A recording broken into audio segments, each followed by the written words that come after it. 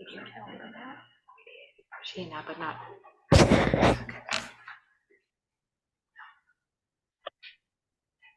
Okay, I think I've got it. Okay. Yes, I do. Great, thank you.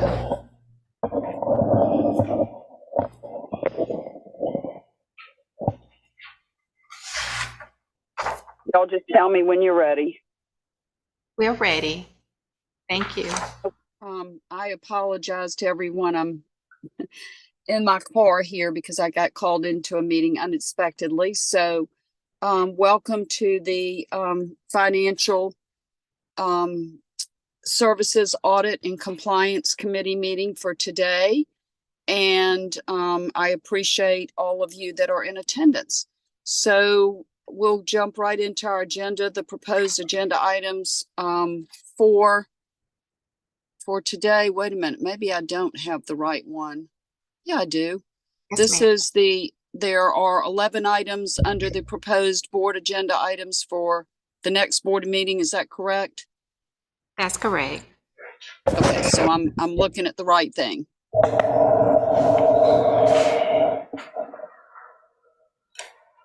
Okay, am I correct? That's correct. Yes, ma'am. Okay, well then let's start. This is the Fuse Fellowship application, submission and project partnership. Director Stone, what we're going to do, if this is all right with you as chair of the committee, is as this is the finance committee and our CFO is the primary staff person for this committee, she's going to walk through each of these items with the recommended board action and the financial impact. And absolutely. And on each pause and ask you all for any comments or questions that you may have. And then after we've moved through all of those, then we'll go to her regular monthly report. Right, but there are 11 of these, correct? That's correct, ma'am, and we're going to go through each one. So with that, I'll turn it over to Ms. Cutter. Thank you very much. Good afternoon, Chairman Stone, Director Gertrude Robinson, and John Taylor. Welcome to committee meeting this afternoon. Also wanted to extend greetings to the public, colleagues, and visitors. As Director Stone indicated, we have 11 proposed action items for the upcoming board meeting. The first is the seeking board approval to submit an application for a Fuse Executive Fellowship contingent upon a partnership contribution from the City of Savannah and leveraging of Waverly Street Foundation contributions availability through Fuse.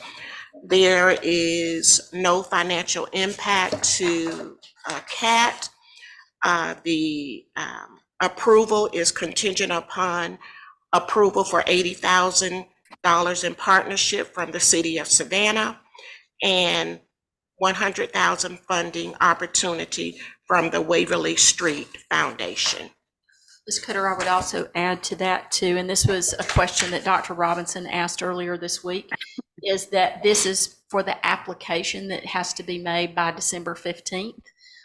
Once that application has been submitted and it is approved, this will come back. And of course, by that time, the city will have made their approvals and so forth. There'll be a contract that'll come back before this board for approval that will commemorate the $100,000 from the Waverly Foundation, document that, will commemorate and document the funding, match funding from the city. And then the board will accept it with the full scope and all those sorts of things, or consider it for to accept it.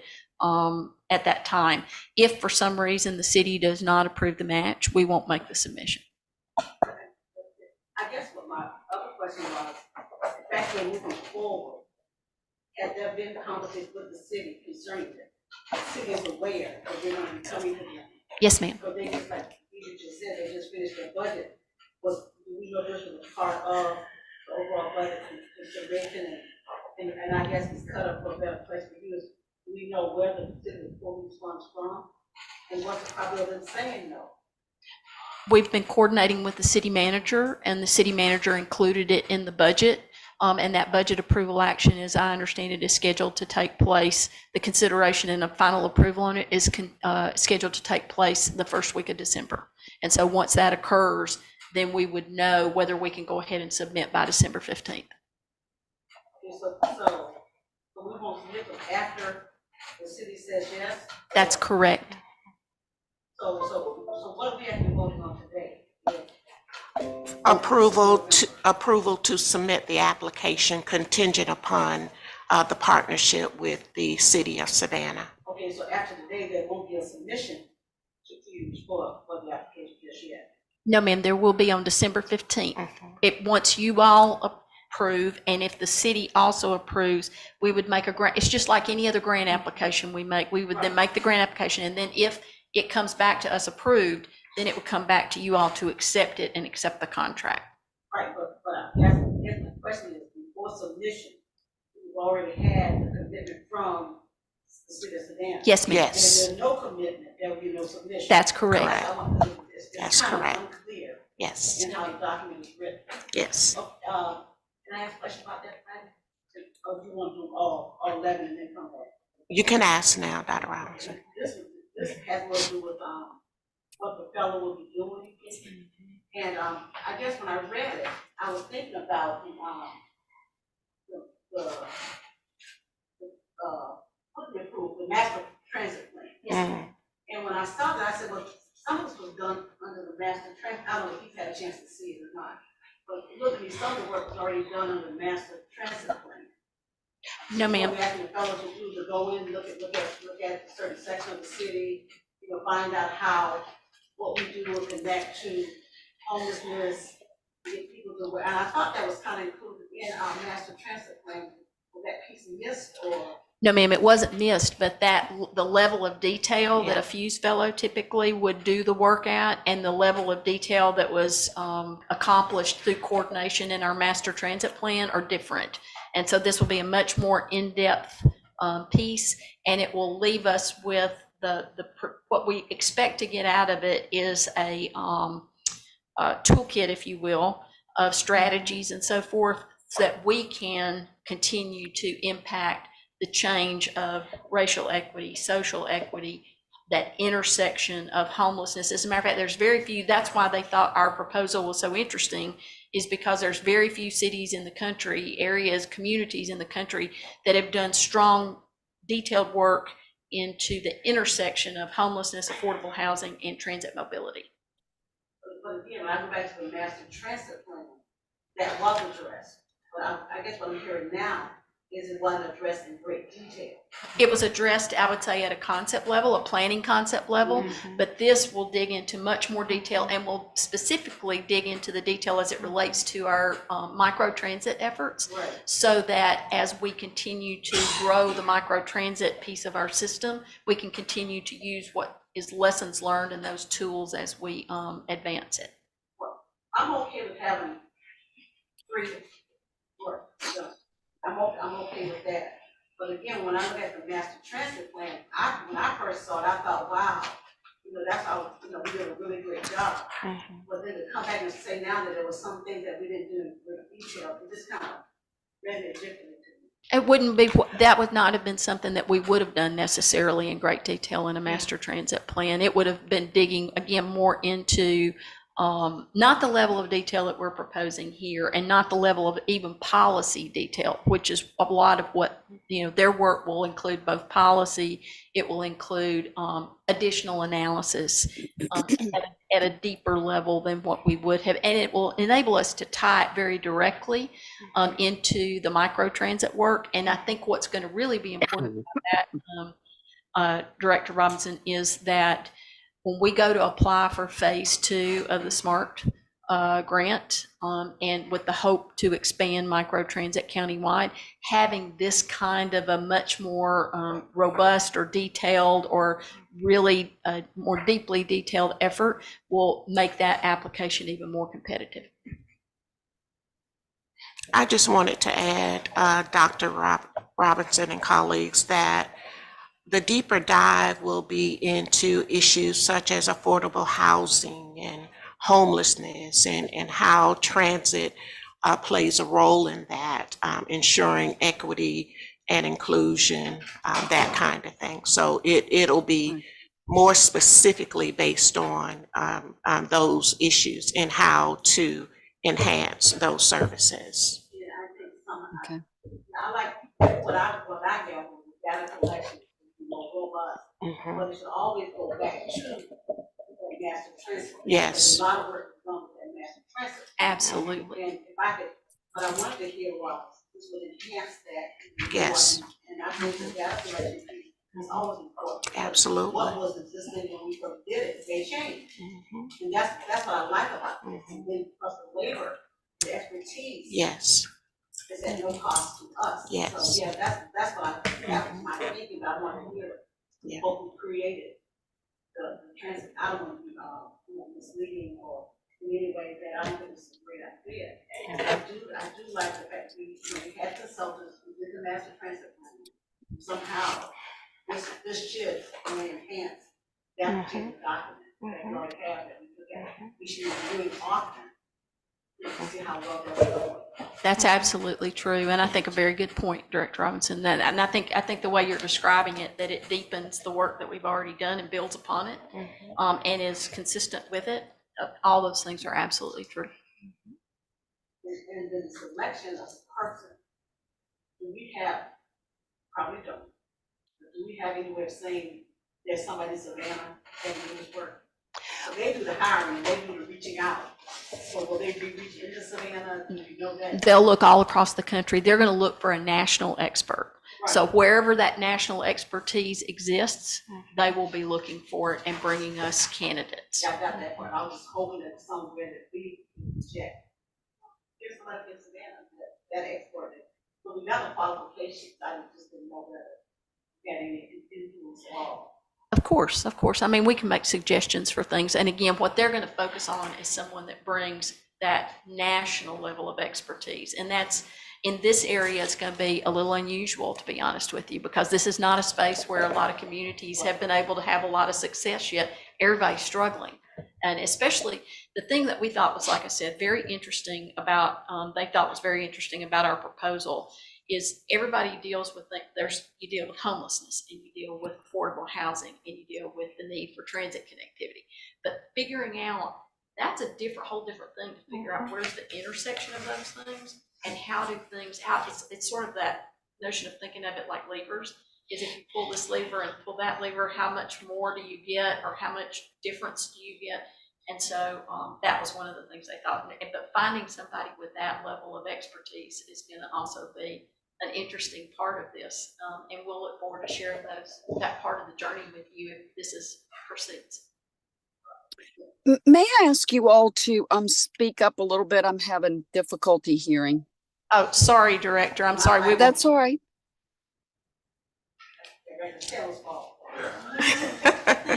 I saw it.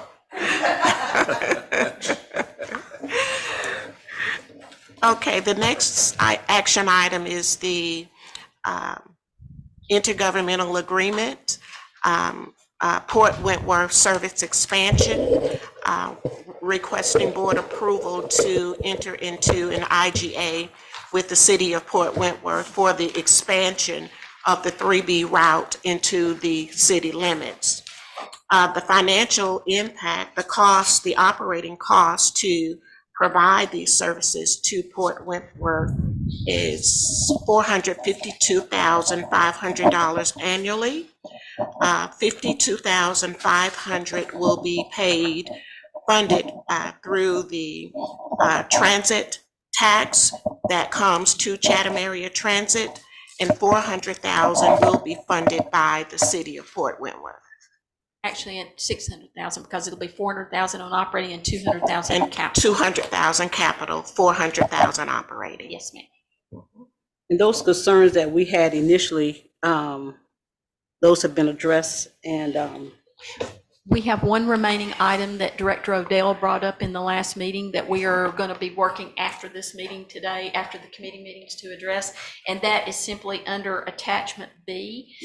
We are going to work with Port Wentworth to propose that the financial impact detail, there's already financial operating cost detail back there, but the financial impact language that's included in the board action summary that's quite detailed, taking that language and inserting it into attachment B.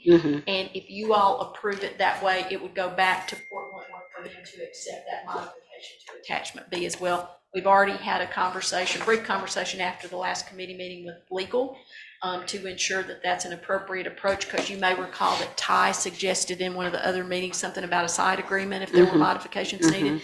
They have confirmed that as long as Port Wentworth accepts a modification to attachment B after this board approves that they do, then it could advance exactly like that. So I'm going to talk to their leadership.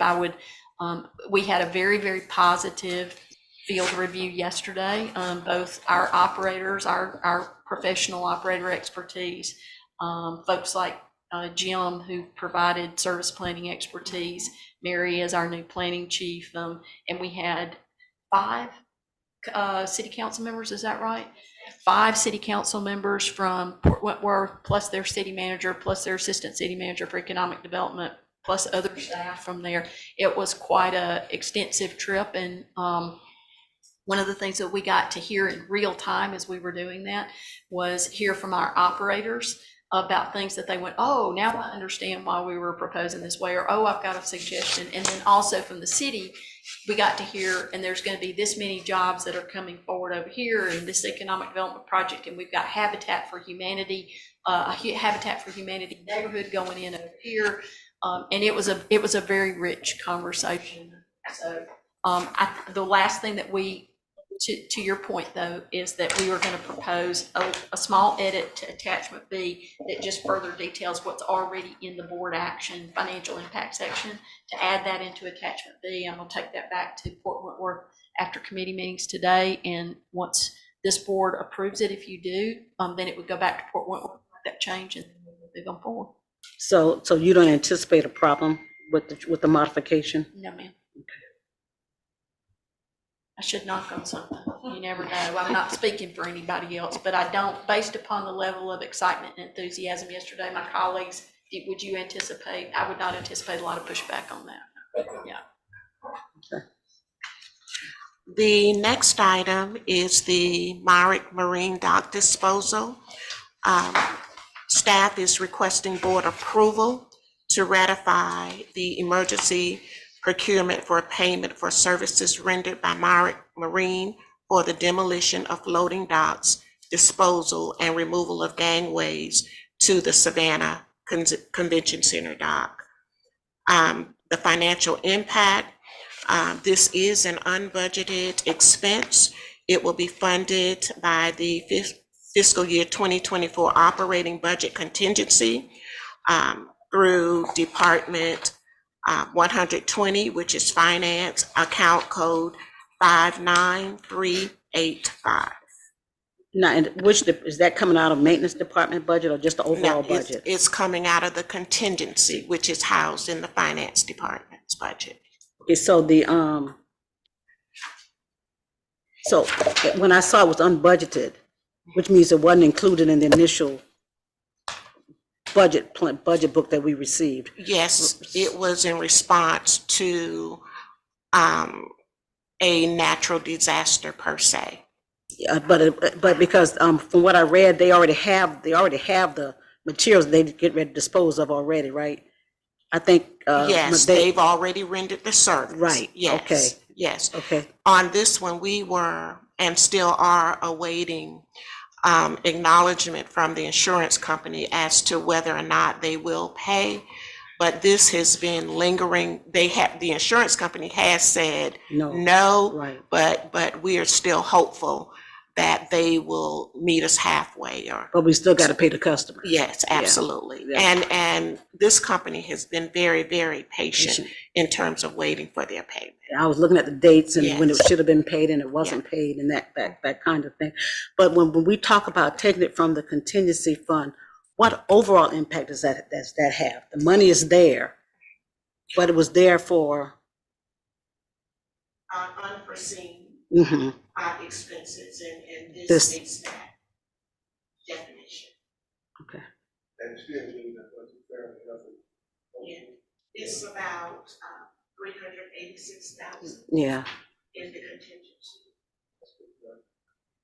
because I know we want to have so many business days of operating. That's why I was wondering what impact would that have? But like Director Lockett just said, it does not, would not have a major impact. Okay.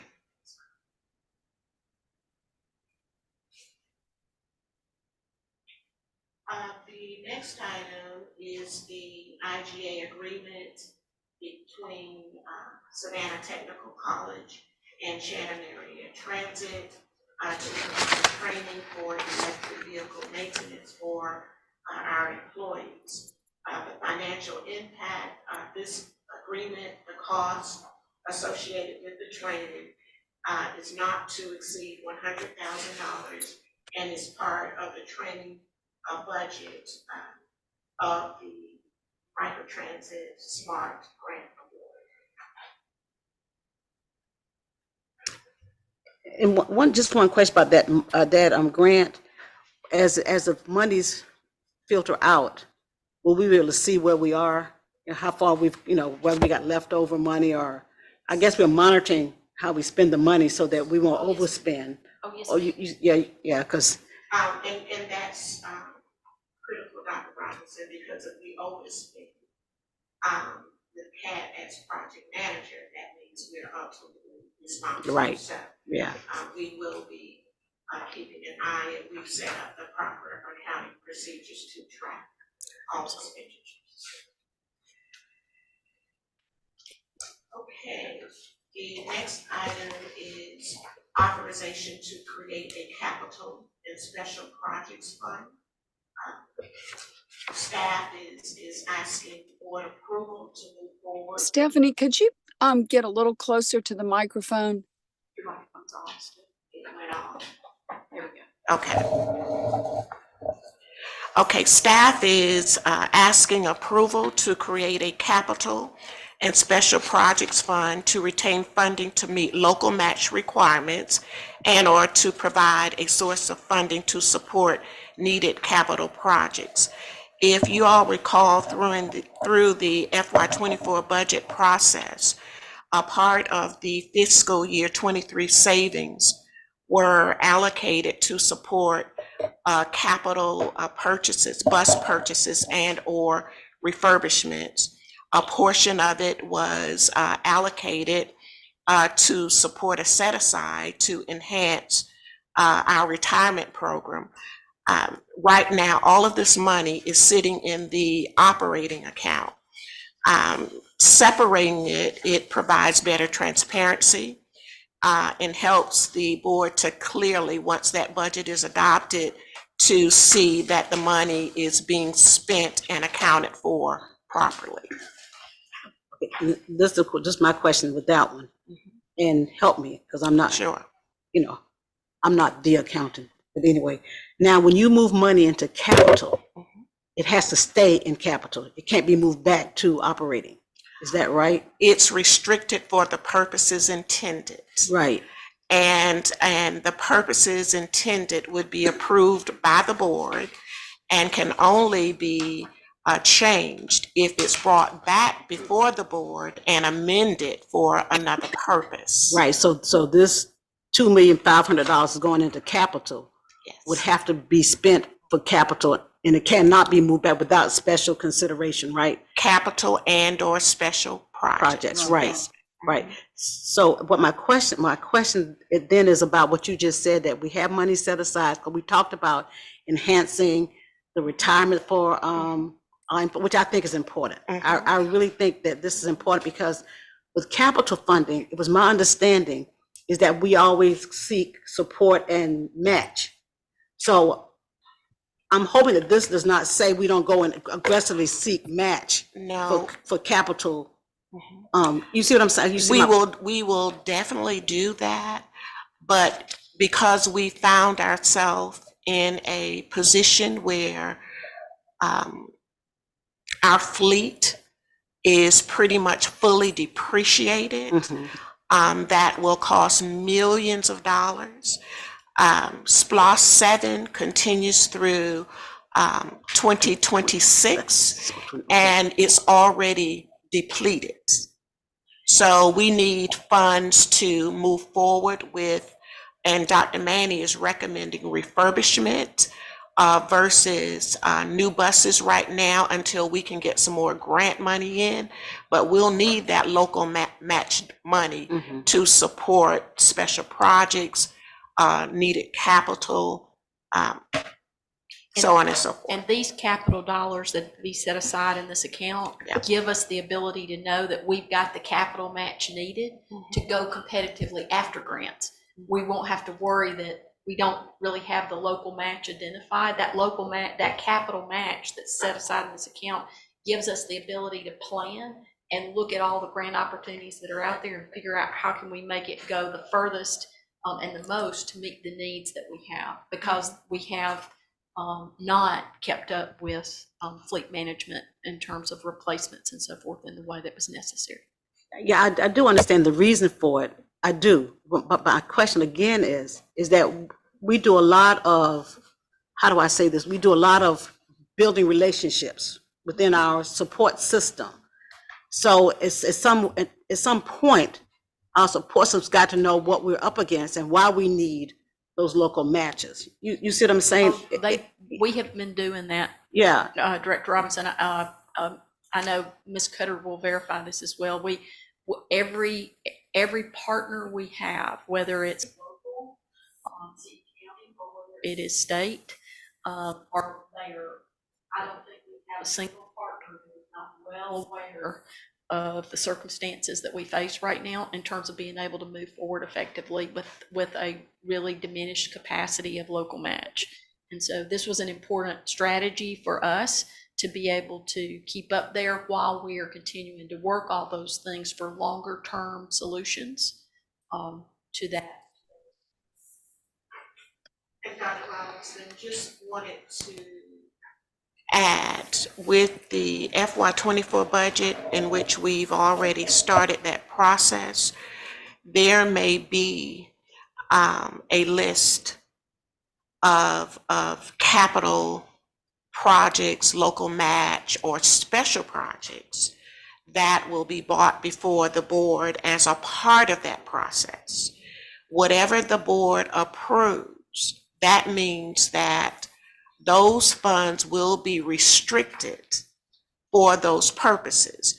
And the planning division will also be going, researching, identifying grant funds to complement this so that this fund will not be tasked with a huge portion of the cost. Yeah, and that was going to be one of my recommendations, is that, the board sees those existing capital needs or the future capital needs, which planning would have identified, and at some point keep like a progress report on, we've looked at this grant or we're working on this grant. It kind of keeps us abreast of what's going on before it actually comes for a vote.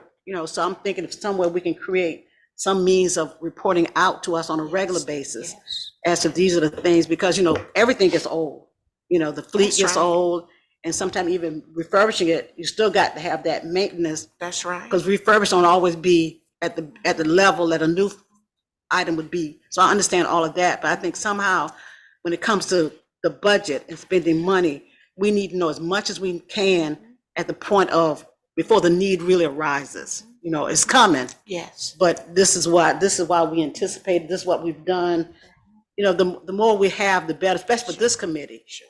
Because when we present it out to the rest of the board, we want to say, yes, staff has done this. We know this is happening, and that kind of thing, for me. Dr. Robinson, this goes back to your earlier comment about making sure that things tie back to the master transit plan. If you recall, in the master transit plan, all of the strategies that are in there, all of the both capital and operating and service delivery vision that is in there, you recall there's that whole section that identified in incremental years the grants that we needed to go after, and it tied it back to the things that we have in the vision to implement. So there's a very intentional strategy of financial implementation and financial budgeting, management, and all that sort of thing to implementation of that vision.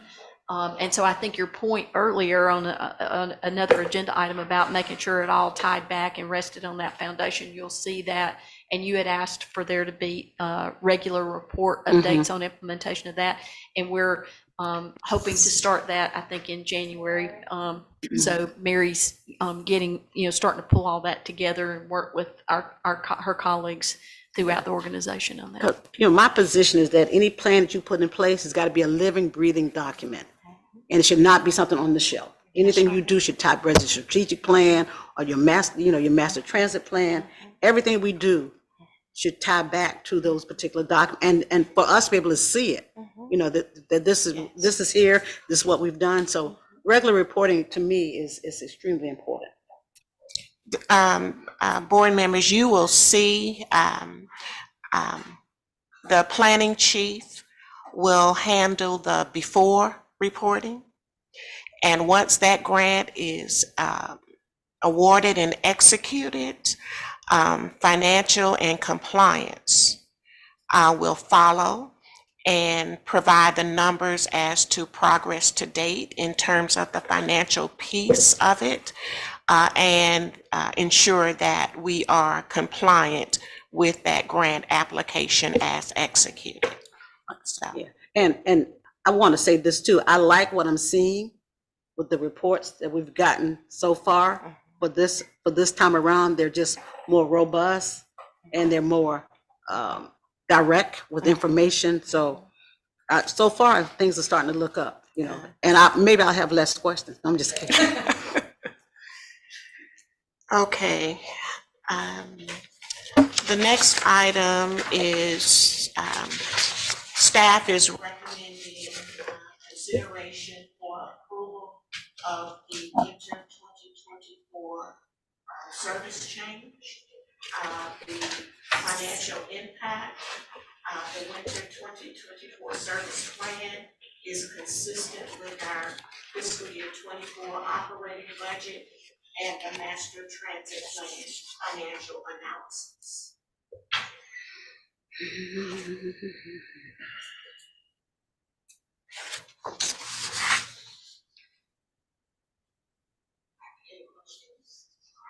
The next action item is the calendar for Zero Fair Days. Staff is requesting board approval to implement a Zero Fair Day for the entire fiscal year ending June 30, 2023. Should that be 24? 24, excuse me. Okay.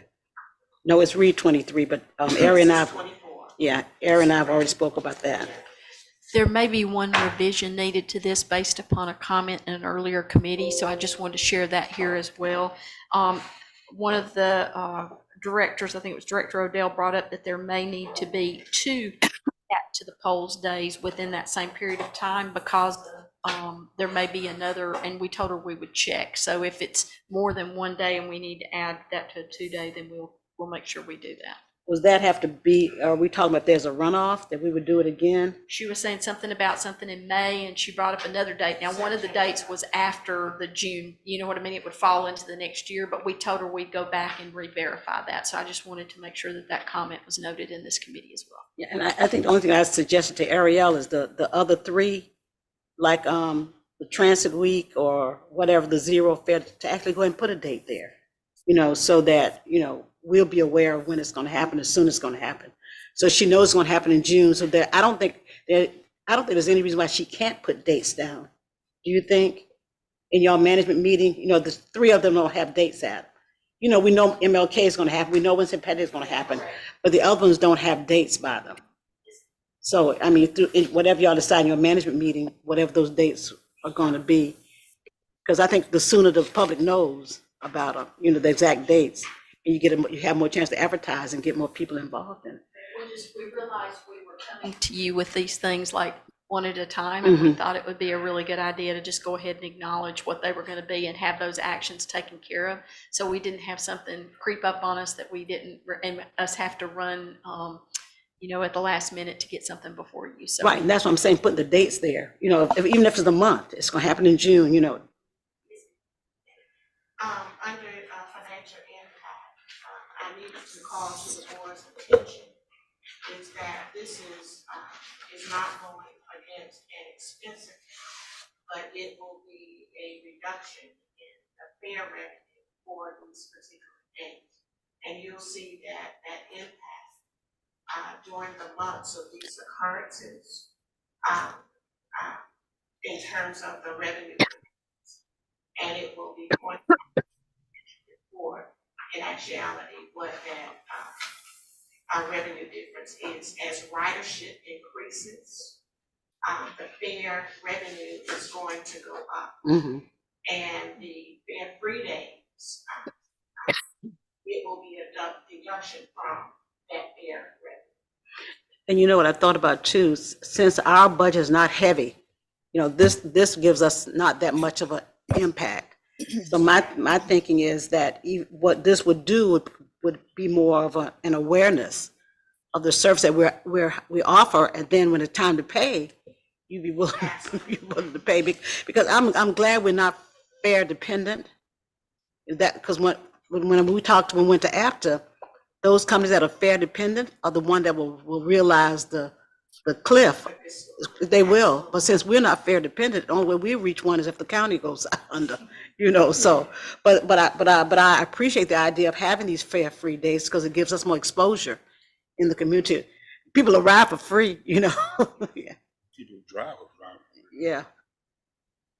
I think that's a great idea.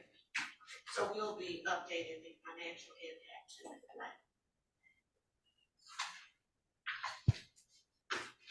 Okay, the next is the fiscal year 25 budget calendar.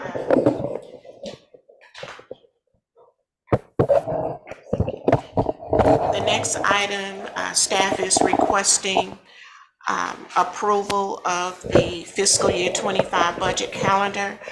This calendar will guide us through the budget process to ensure that we meet the guidelines of an approved budget by June 30th, 2024 for fiscal year 2025. No financial impact. And I had one concern about that, is that the board doesn't get to see it. I was hoping that we couldn't see it in March, because we don't see it again until May. Isn't that a little bit way down the line? We will not have the request in until March. It's going to take us some time to saturate it, to meet, to see what we can and cannot do. We will have the workshop, well, that will be late April. Mhm. If you all would like to see us try to move that up, we definitely can do that. But 'cause I was thinking in the past, we had like 2 opportunities to see it. Mhm. And I was hoping that we could kind of get back to that, so, because I think the public will get to see it before we get to see it, or about the same time we get to see it.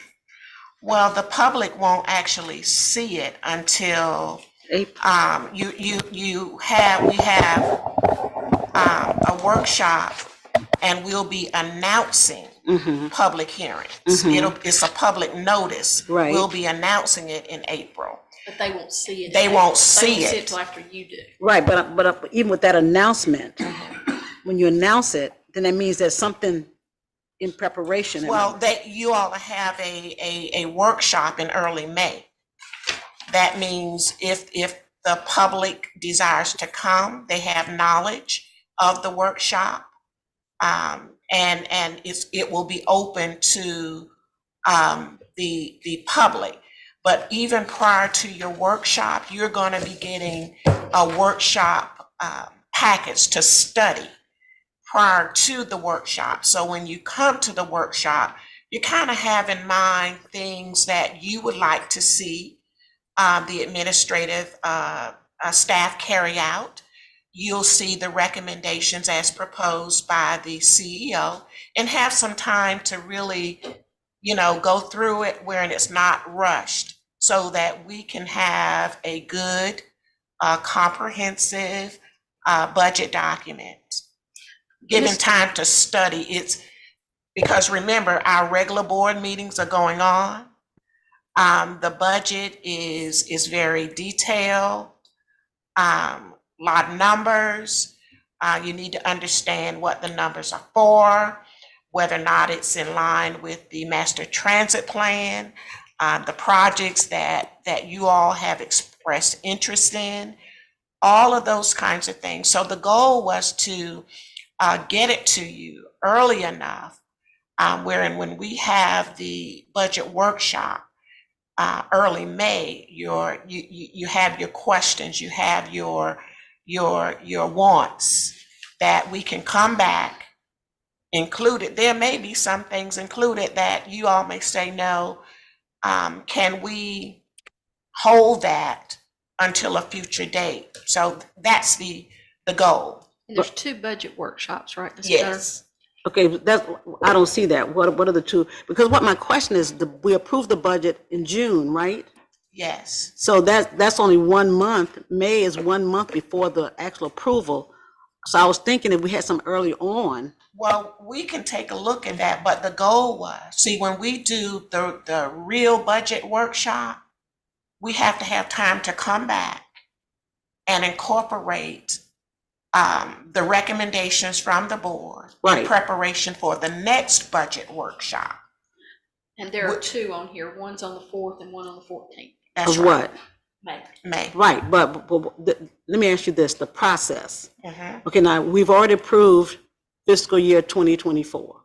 Yes. So what we're talking about now is fiscal year 2025. Yes. So based on the information from 2024, why is an earlier introduction to us is not available? Because we're actually working on fiscal 2025. Yes. And I'm just thinking May is a little bit late, I think, if we're going to approve it in June. Just think about it. Just think, is there a way for the board to get it? My concern is having all of the information in and not having to change the budget document after that initial all-day workshop. Because we'll have to come back in and update based upon what the board says. Now, if you all would like more time, I don't think it's unreasonable to have it a little earlier in April. We'll have to take a look at that and But we got all those wonderful technology that can. I don't know. I don't know, because I think this year was kind of like crammed in. Where we had to look at it, and so I'm just and remember, if it's a vote, I'm just one vote. So but my concern is that I think if we as a board are going to be able to really look at the budget and really have an input, looks like to me we would need it a little bit earlier than the month before it is to be approved. Even in an all-day workshop, I mean, if you say you're gonna get to me in April before the May workshop,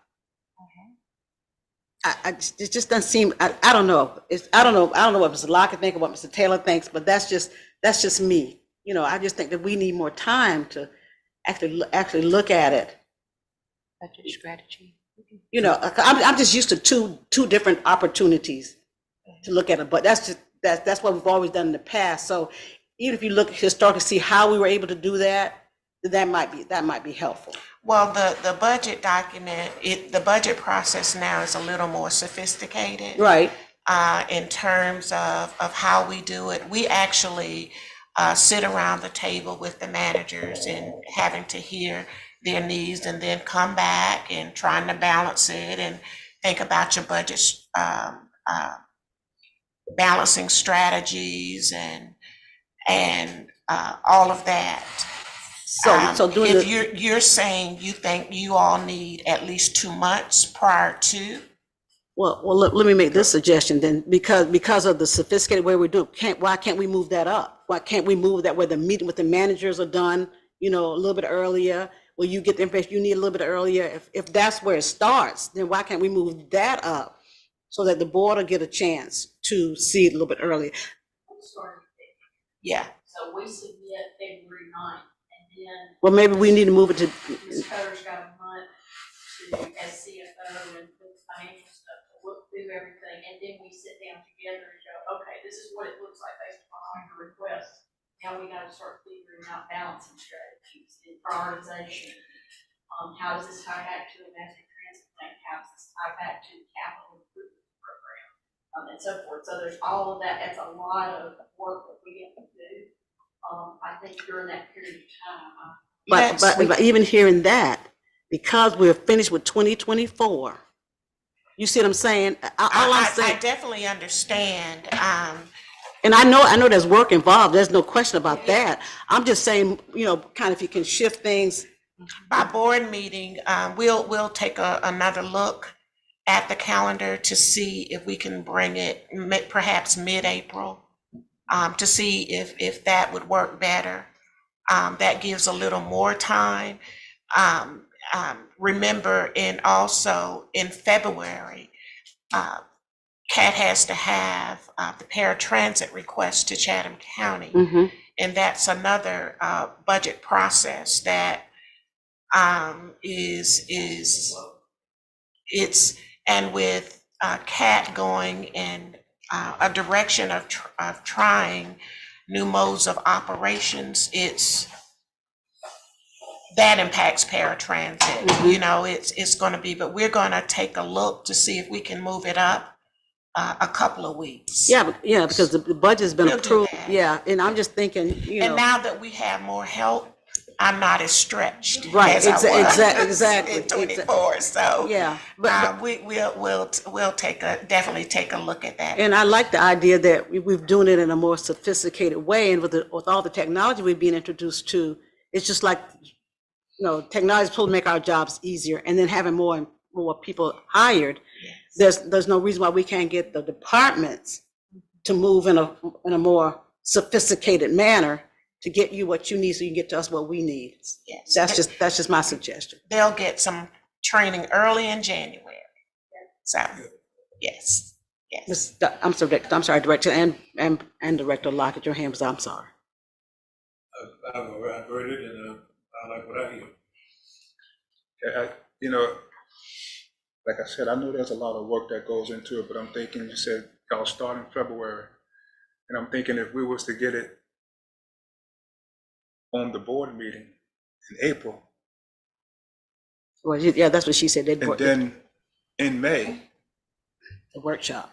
then I think we'll be more prepared. Like, you want everybody to be prepared, and I know y'all going to be prepared by the time y'all give it to us, but we just going to need more time. Like you said, I know this past budget, we looked at it twice, and it really helped. It really helped me to be able to read it, put it down, come back to it again, look at it again before the meeting.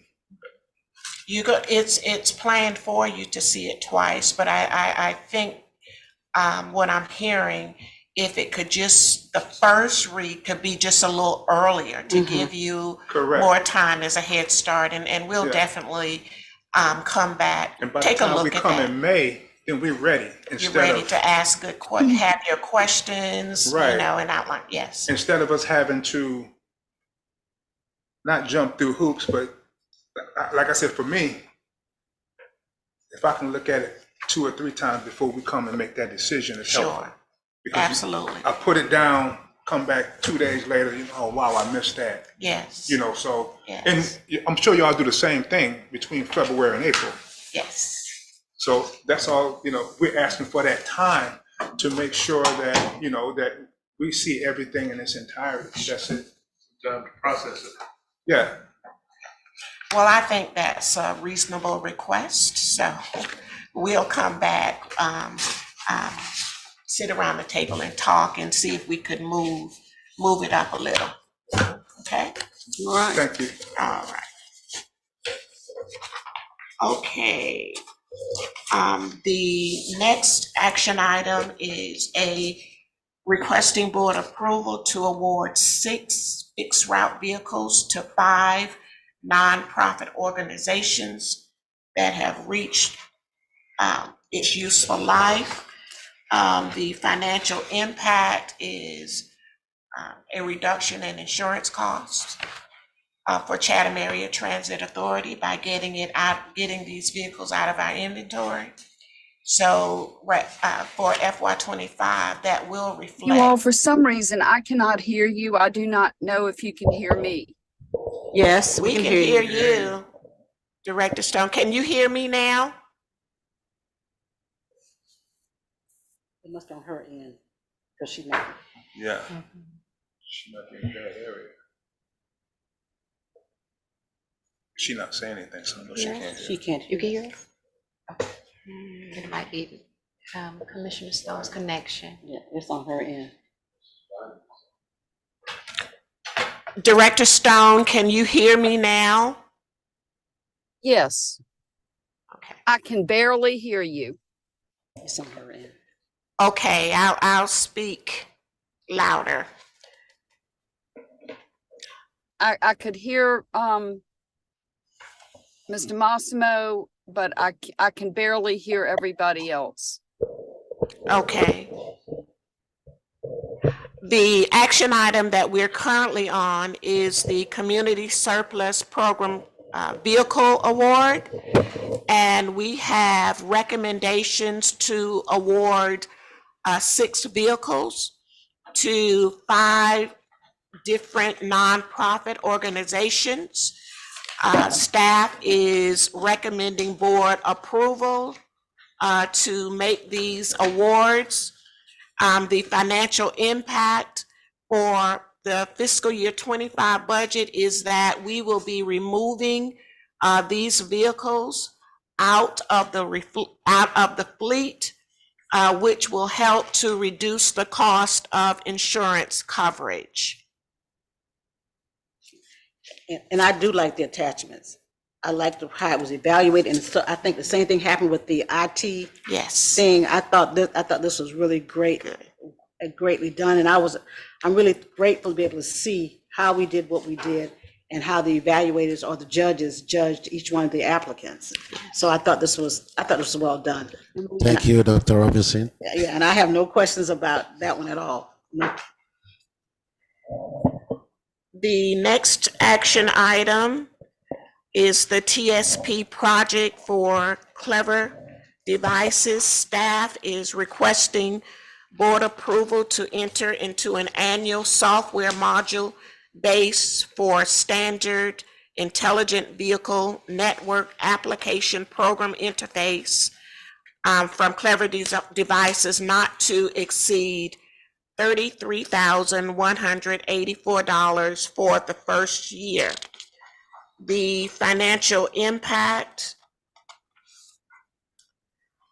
is outlined in the chart in your action item. The funding will come from for fiscal year 24, it will come from the maintenance department, department number 10030, line item 53350, contract services. Now, this was another non-budgeted item.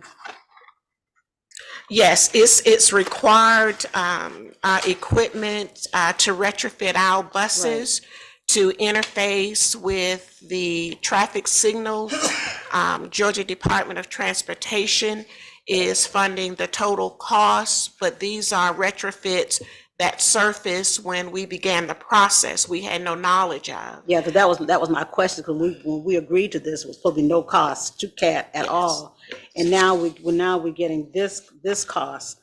And the other thing too is when I looked at this particular item, I was also concerned about there was only a 1-year warranty on the equipment. And then the restrictions about if something happens to it, and it's, and you know, and like if something happens to the equipment that's not under their warranty, then we have to pay for that as well. So there's a lot of other things that, based on this particular agreement, that can hold us hostage as we're having to spend more money. Okay, we're also asking in this action item is for coverage for 4 additional years, with the cost not to exceed $400 per year for maintenance. Yeah, right. So there's the, you know, just looking at this, because it says pricing does not include any hardware, installation, software upgrades, or integration. That's what it literally says in this 1.1 pricing.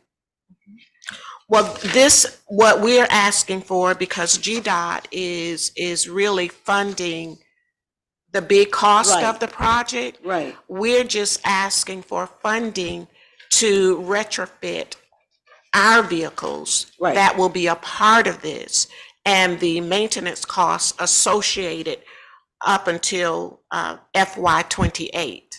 So, but that's. The useful life of the hardware. Right. Apparently even exceeds fiscal year '28. Normally that type of hardware, 5-10 years. But when they only give us a year warranty on the equipment, although we need it for a longer period of time, what happens then? I mean, you know, because it says, it says under the warranty agreement, under 1.2.3, Yes. it says Clever Devices guarantees for a period of 1 year from original factory shipment that each product is free from defects in material and workmanship. So they're telling us that if something happens after a year, they're not. Well, this additional $400 per year, extends that warranty. yes, it covers us through, we're asking for that coverage through fiscal year '28. Okay, and then And the cost for those years is $1,525. so actually, so that's including the 33,184. No, that's separate. So If you look down on the table, the 33,184 for the first year. is the total cost for the first year. Uh-huh. And if there are equipment breakdowns year FY '25 through FY '28, we're asking board approval of an additional procurement totaling $1,525. So shouldn't that amount in the request part be the total instead of the 33,184? Extended warranty is separate. This is an extended warranty.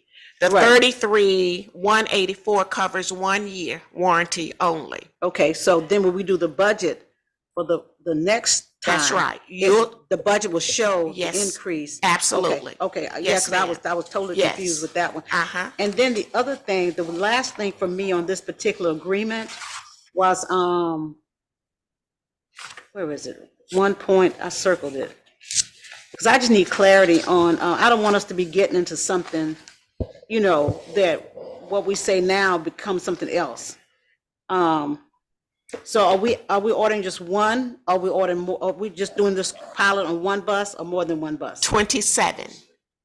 Okay, so on 1.2.2, orders for one bus, i.e. pilot bus, must be part of a complete quantity ordered or must be accompanied by a letter of intent to order the entire quoted quantity.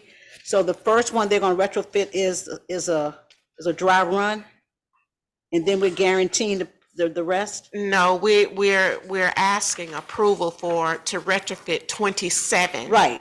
Fixed route buses. So- And that's what this cost is. I got This that part. 33, Yeah, but then what Clever is asking for is that if we say put one on, that one is subtracted from that 26.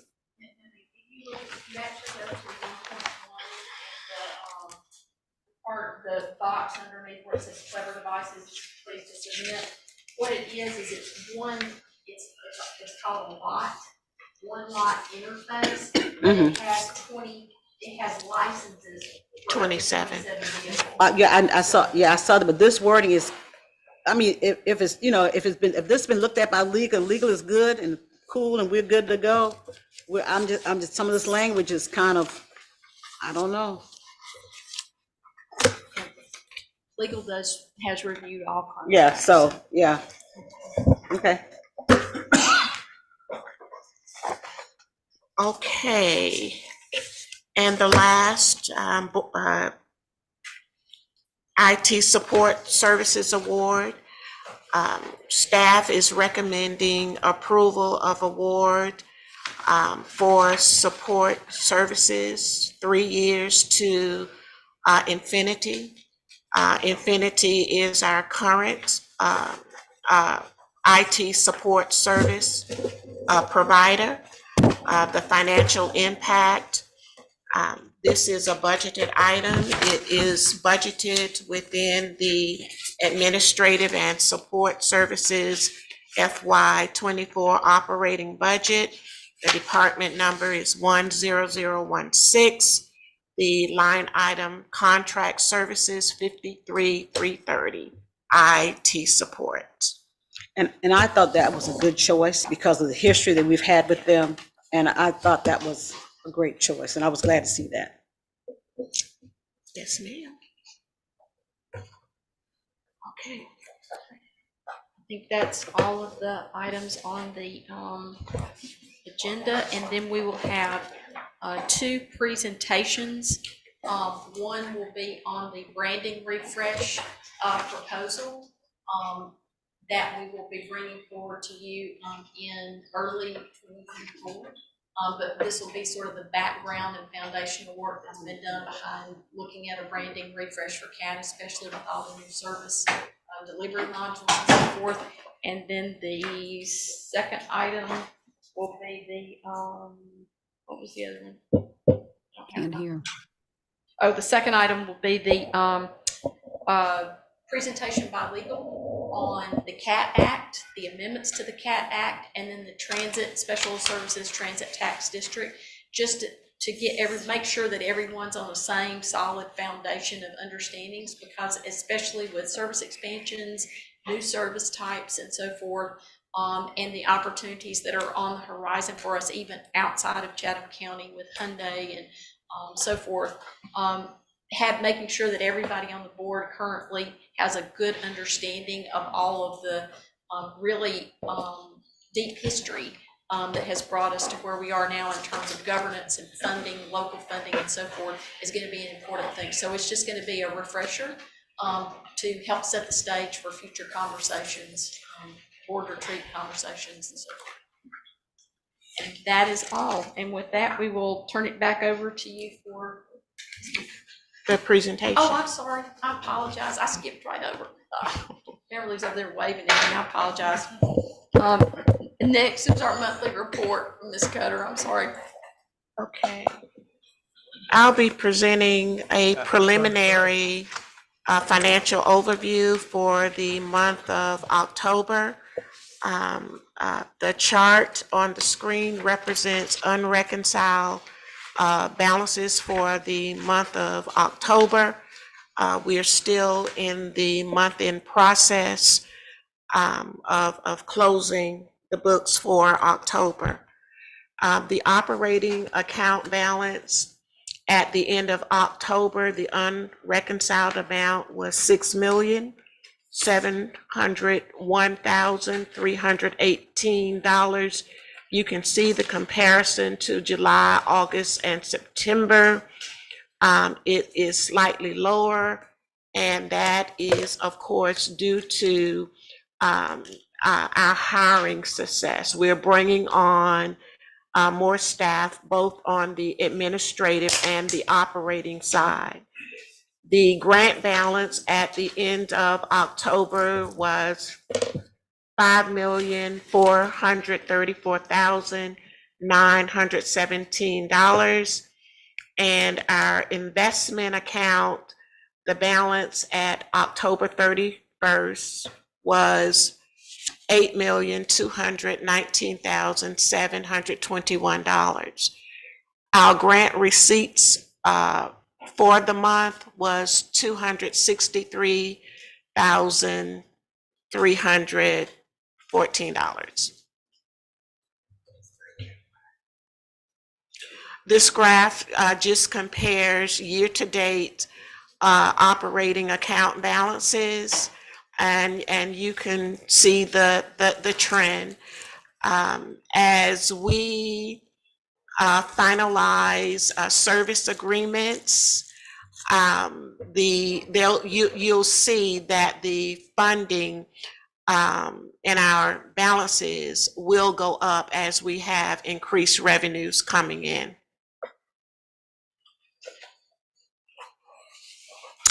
The transit tax receipts are still pending. The report will be here prior to board meeting, and this chart will be updated by the categories as listed in the table. And we get that info from the county? Yes, ma'am. Okay. Our Georgia One investment earnings are still doing well.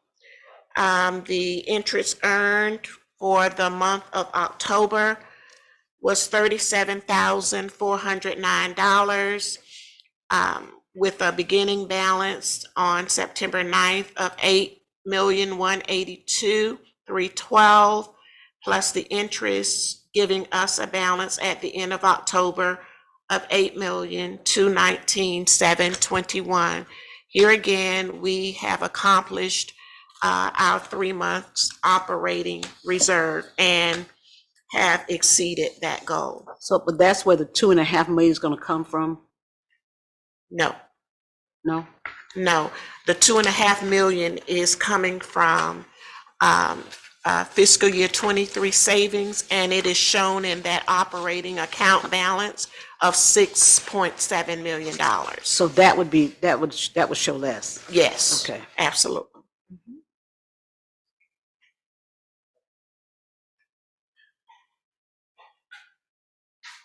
Next slide.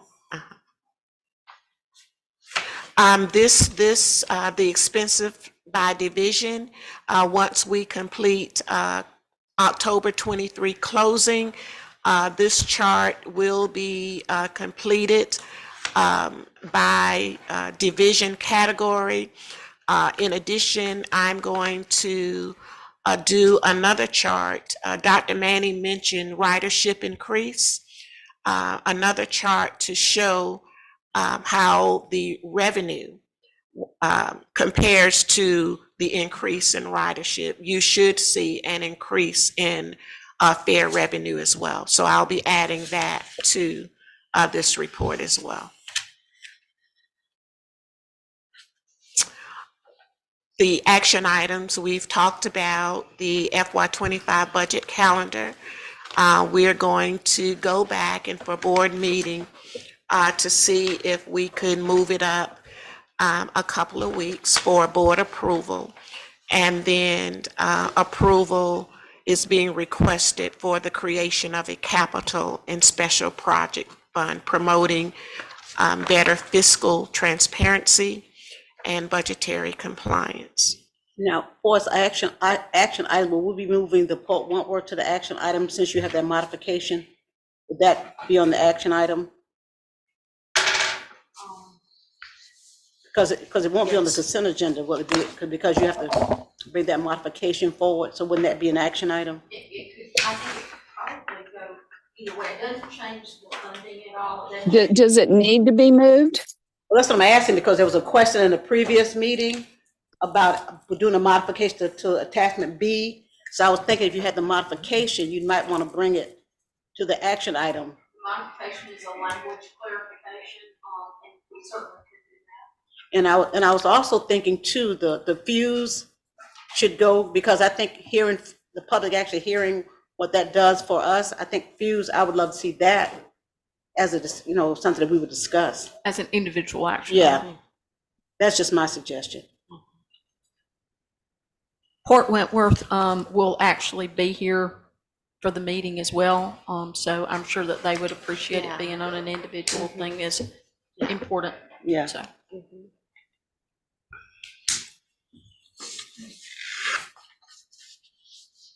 Okay, if there's no additional feedback from the board, that concludes my presentation. Oh, you yeah, want, my apologies for cutting you short earlier, Ms. Cutter, and not making sure that you got to deliver your report. To reiterate again, there will be 2 new business presentations, just presentations, no actions required. Again, a brand refresh will be presented by the comms team. Brand fresh strategy. Oh, Ms. Cutter still got HR. Please excuse me, but I needed to bring forward the HR stats for the month of October. Mr. Sanders is out of town, so I'll present the stats on his behalf. Here are your stats. We currently have, 61 vacancies. You have the vacancies by division. The chart tells you the number of offers extended, the number of applicants not qualified, and the number of applicants received.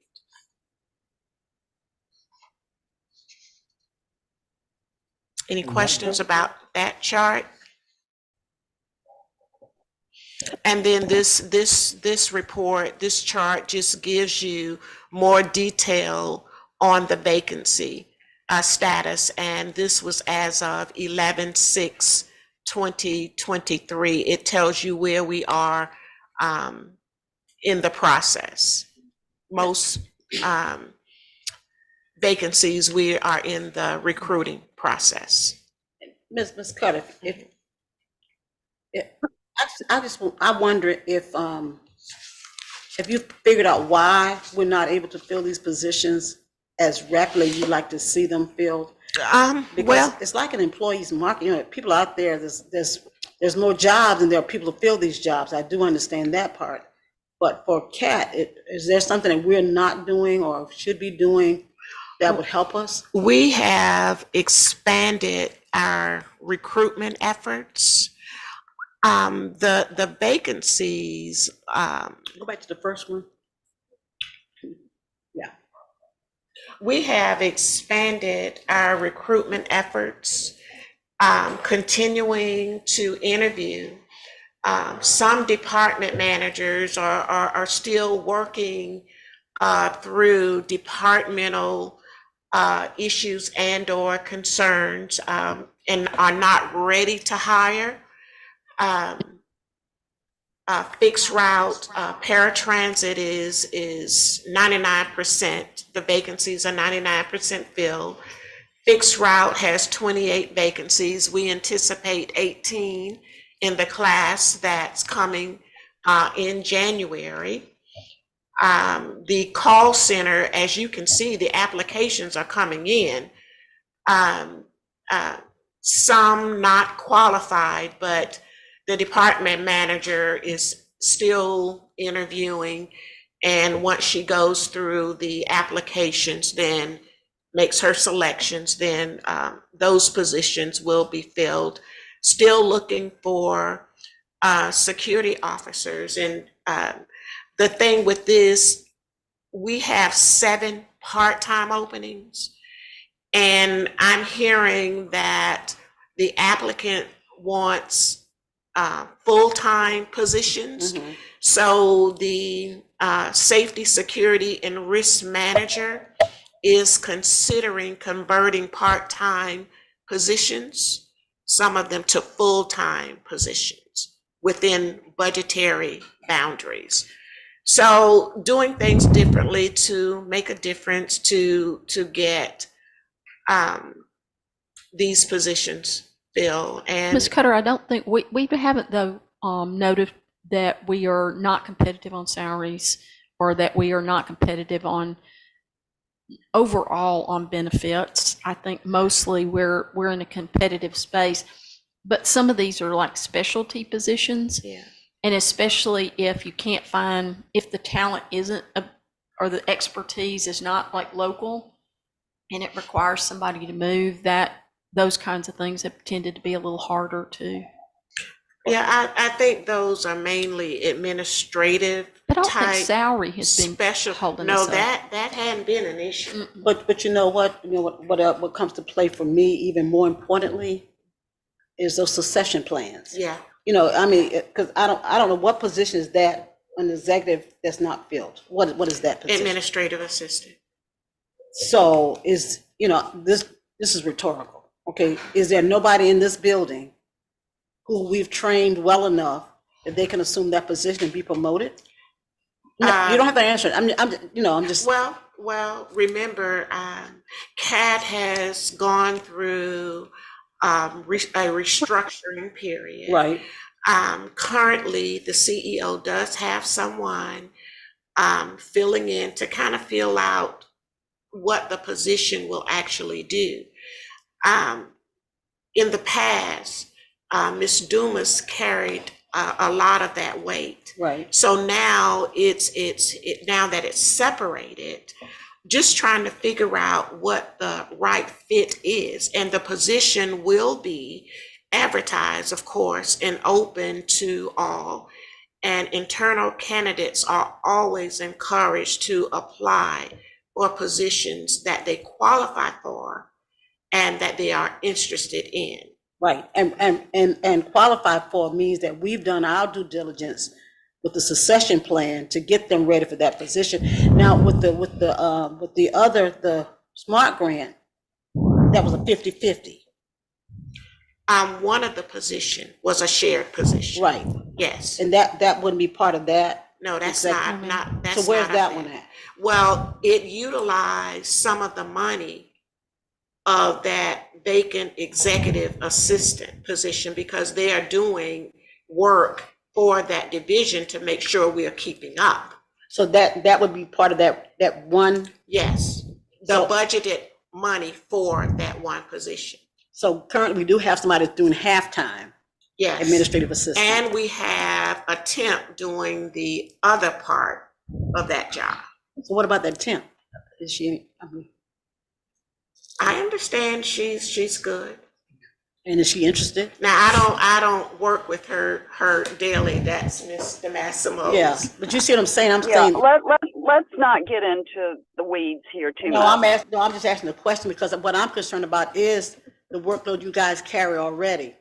And if we can fill these positions, you see my point, and my point is not do. get into the weeds at all. Mine is in a support effort on I you. understand, but I don't want to get into the personalities and what they're doing. I mean, that's sort of our CEO. Right, yeah, so Here. that was my question more about, when you bring people on, what are we doing, to keep them? And I just want to say this, all hires are not good hires. You got that right. And in these key positions, we're really trying to do a better job with selecting good candidates that are dependable, are qualified, and is willing and able to work effectively with the team. So all of that comes into play. But we are doing, just as a matter though of not individual things, but overall, that we certainly have gone to people who have been on staff or on staff Yeah. here.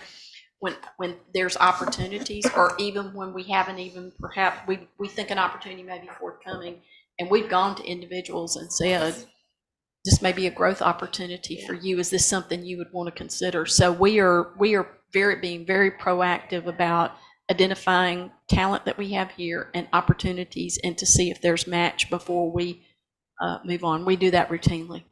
You don't want to put the wrong person in a position that even though they've been here, if it's not a match, it's just not a match. That's Yeah.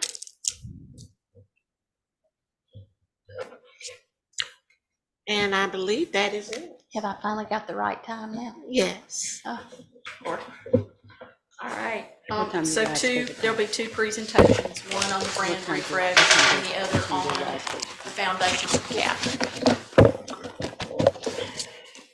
And with that, we will turn it back over to you, Director, for any final comments and adjournment. Thank you, Mr. Massimo. No, thank you all for joining today. I apologize for my absence in person, but I've been, as you all know, very involved with the mental health. We had a called meeting, so I had to run out to the Behavioral Crisis Center. So I thank everyone for attending today and for your participation, and I will look forward to seeing everyone at the board meeting. Next week.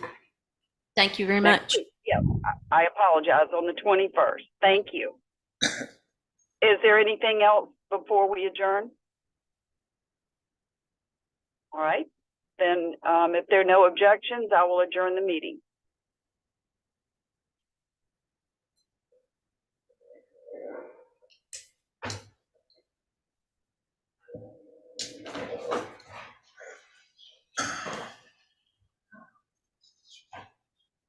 Oh, here.